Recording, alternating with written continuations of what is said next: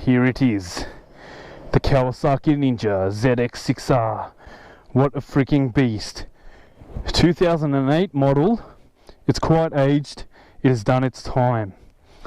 I've had this bike for 7 years. It's even leaking some kind of fluid that I have not been able to identify. 7 years and 60,000 kilometers on this bike. I'm here in the Royal National Park. Let's take this motorbike for a spin, and let me just tell you guys what I've learnt over the last 7 years about this motorcycle, because I've taken it a lot of places. It has done a lot for me. And let me summarize. Oh, good mate, so just doing a vlog. Yeah. Cheers, thanks a lot. So, what a nice guy. So let me oh, I'm just he's probably thinking this guy's fucking mental, because I'm like standing in the middle of the road, like, you know, making all these hand gestures and talking to the bike. He's like, is this guy fucking crazy or what? He's probably nervous for his own safety, so he's just like, oh shit, I better get friendly with this guy and just ask him if he's okay so he doesn't like attack me with a knife or something. Anyway, oh, so this bike has done a lot for me. I've taken it a lot of places, adventure riding, taking it on the track, taking it through these Royal National Park twisty roads. And let me just take you guys for a ride and I'll explain what I like and don't like about this motorbike. Here I am at one of my all-time favourite destinations, the Royal National Park in Sydney, Australia, the land down under. So basically, I'm going to take it easy today in here, because two things. I'm focusing on my review. I don't want to attract any attention, and this bike is quite rusty. I'll tell you why this bike's rusty, because I haven't ridden it in a long time. It's been just sitting around in my garage, and recently, basically yesterday, I boosted the battery, jump started it, and now I'm just riding it around so it starts working again. The tyre pressure was so low, I just topped up the tyre pressure from 15 psi on the front, like god damn, that's got to be dangerous, up to 32, and on the rear it was 17, which I topped up to 38. I'm going to tell you guys about my lovely Kawasaki Ninja ZX6R super sports motorcycle. 4-cylinder inline 600cc engine, or 599cc to be precise. This is a 2008 model. I've owned this bike for close to 7 years now, and let me just say, this bike has never let me down. I've had it for 7 years. We've been through all sorts of things. We've been to the Royal National Park probably like over 100 times, hitting those twisties. We've even done long distance motorcycle adventure.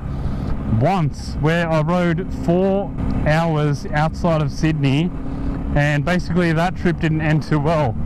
It ended with me braking harshly in front of a kangaroo. I'll show that footage right now.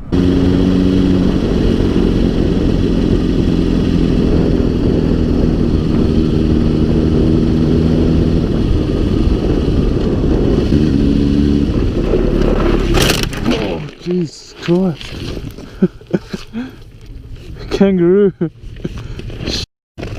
Oh. Can you quickly get this up? Oh, look at that. Oh, totally broke that. At least I'm not injured. And because of the gravel road, I lost all traction. And I don't know what the hell I was doing riding on that kind of road with a super sports bike in the first place, but, you know, I just felt like testing it out. Anyway, this bike's so damn durable that the only damage it took from crashing at 40 kilometers an hour was some snapped fairings, and it cracked all the fairings. It cost me like 800 bucks to repair. So basically, I wasn't the original owner of this bike. Someone else bought it brand new, and he did a fair few modifications to it, including a full Akrapovic exhaust system. He installed a power commander, which basically regulates the air to fuel ratio. It's all computerized, does it in a perfect manner so as to increase horsepower.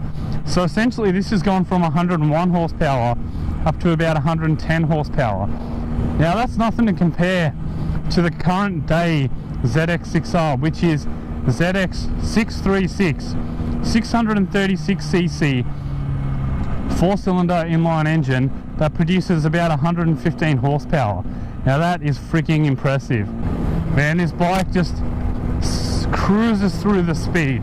It just cruises through the gears, and it's just so lightweight, agile and nimble. And I don't know why anyone wouldn't want to buy this bike who's considering a super sports bike, because it's dominant in its class, mate. It's an epic.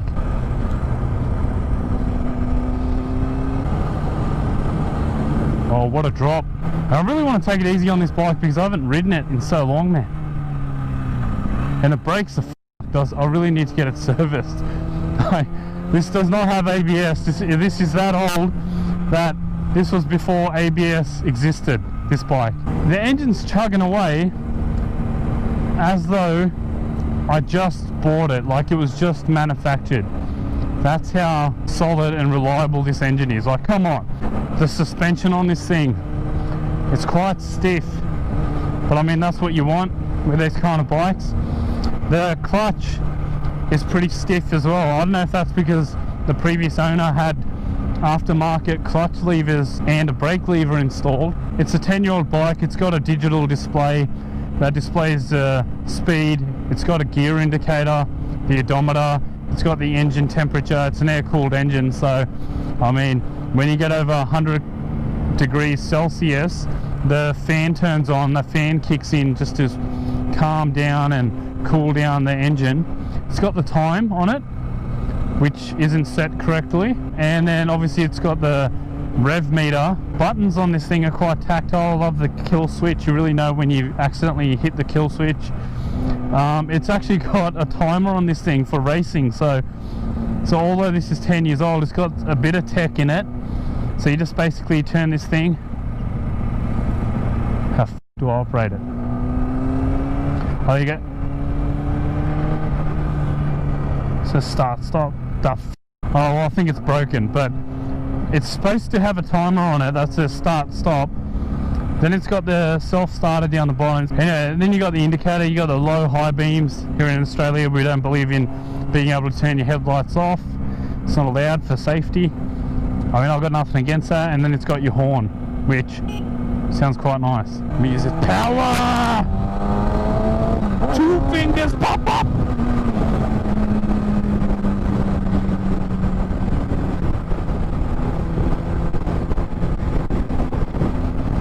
Damn, man. Did I show that truck who's boss? There's probably someone behind me by now. No, no one behind me. I love it, love it. You know, because I'm going quite slow here. The speed limit's much more than what I'm going.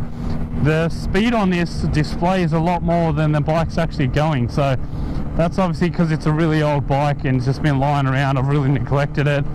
The electronics have gone downhill. The bike's had to be replaced twice.